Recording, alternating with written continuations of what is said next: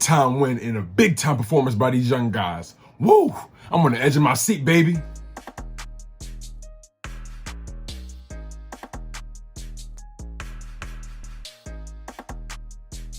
What's good, Sixers fans? This your boy, Tone DeShields II, and y'all are tuned into y'all dose of Chalk It Up, where no matter if we win or if we lose, we just gotta charge it to the game. You guys, Philadelphia Sixers pulled off a great game. They pulled off a great win against the Miami Heat. And I was on the edge of my seat the entire time. I will admit, I got nervous in that third quarter when we went down by double digits, but the game never was really truly out of our grasp. We managed to pull it together, and then we managed to secure a double-digit lead in the fourth quarter, but then we kind of stumbled upon it, and then we got behind the 8-ball, and the Sixers did their thing, sent the game into overtime, and Joel Embiid was Joel Embiid. But I want to break it down from top to bottom because there were so many aspects of that game that I want to talk about, and I might have to just make separate videos for because, again, it was so many things, so many highlights, so many players, in my opinion, that showed up, so many guys that just elevated their level of play, elevated their mindset in big-time minutes. And again, we all know both teams was shorthanded. We understand that.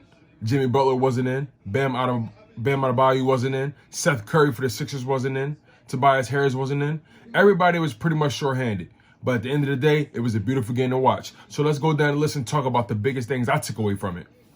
First things first, let's talk about the obvious. Joel Embiid was spectacular. He was absolutely sensational from top to bottom.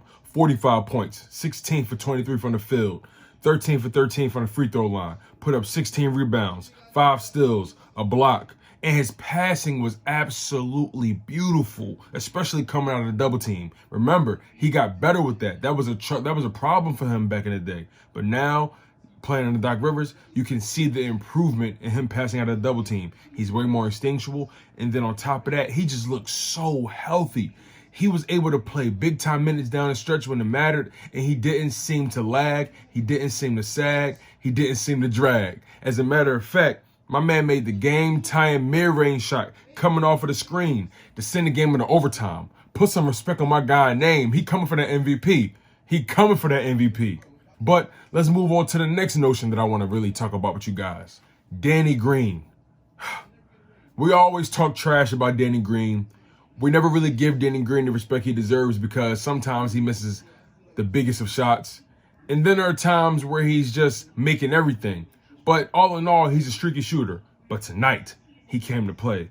He got it going early from 3. Went 9 for 21 from deep, shooting 43% from the 3-point range, 29 points total, 10 rebounds. My man was active all across the board. And on top of that, he had a big-time steal at the end of the game to give the Sixers a shot to send the game into overtime.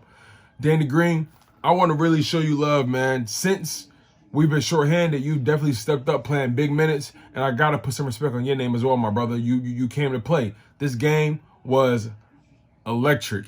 I was on the edge of my seat, like I said before, and there was so many things that I took from it on so many different angles, but Danny Green was just one of those dope spots of the game, man, so I got to show him love.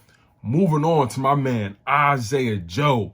Got to give him the utmost respect. My man put up 13 points, 4 or 10 from the 3-point range, and shot 40% from that range as well. He was active on offense and defense, putting up 2 blocks, hit a big-time 3-point shot with 23 seconds left, bringing the team within 2 points. And remember, at that time, we was down by 5, so that was a huge shot that he put up. He played big-time minutes as well.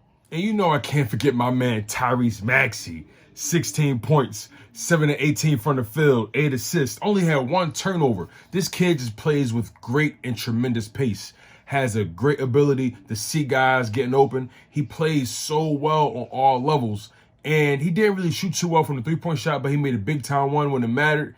And like I said, only 1 turnover. His ability to take care of the ball is just uncanny for a guy his age, and you gotta show respect for it. He showed up big time in these games when we've been shorthanded.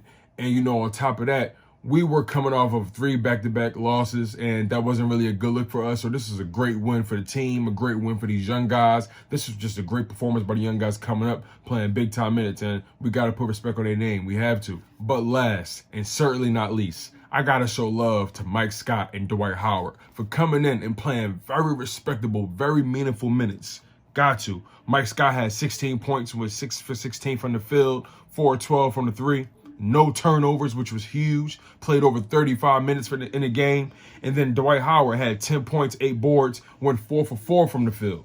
Now, he didn't play too many minutes in the game. He didn't play no more than 13, 14 minutes in the game, I believe. And that's because the pace of the game was a little too quick for him. As a matter of fact, the Miami Heat was playing a lot of small ball. And we had to keep up with that pace. And I think that was just a smart adjustment by Doc Rivers. Now, if there's any negatives about this game, it was Ben Simmons. I understand he was coming off of the knee treatments. He only had 5 points, but he only shot 2 shots. So it wasn't like he was inefficient. It wasn't like he just was missing. He just didn't take too many opportunities on offense. But he was electric, passing the ball, putting up 12 assists. But he had 6 turnovers, so we need to cut those down. But he does have the ball a lot. So, you take the good with the bad. But again, Ben Simmons, I wish he put up more points, only had 5 points, but he had 12 assists, big assists. He had a great connection with Danny Green tonight, getting him wide open for a lot of big shots. But this game was a great game. I'm really glad the Sixers managed to bounce back from those 3 straight losses in Brooklyn, in Denver, and then in Atlanta. So this was a huge win for the Sixers. Again, we kind of lost control of this game going late into the fourth, but we managed to bring it back and force it into overtime and secure the victory. I'm really glad that this team stepped up when it mattered. The young guys played big-time minutes, and their confidence is only getting bigger. And honestly, if these guys just keep playing bigger minutes, making bigger shots, getting more confidence, we might not even need to trade for anybody. I understand that Bradley Beal was a thought, but we might not even need to trade for anybody if these young guys continue to come along. But that's all I have for you guys today. I'm your boy, Tone DeShields II, and y'all was tuned into y'all dose of Chalk It Up, where no matter if we win or if we lose, we just got to charge it to the game, baby. Oh, and by the way, make sure y'all get y'all Chalk It Up merch. I lowered the prices for you guys, so it's way more affordable for everybody, and I want to humble myself a little bit. I'm grateful for you guys supporting the content. If you're new to the channel, make sure you like, comment, and subscribe. If you've been loyal to the Soyuz from the beginning, you already know what my heart is. Like I said, y'all was tuning into y'all dose of Chalk It Up, where no matter if we win or if we lose, we just got charged to the game. One love, y'all, and let's go Sixers.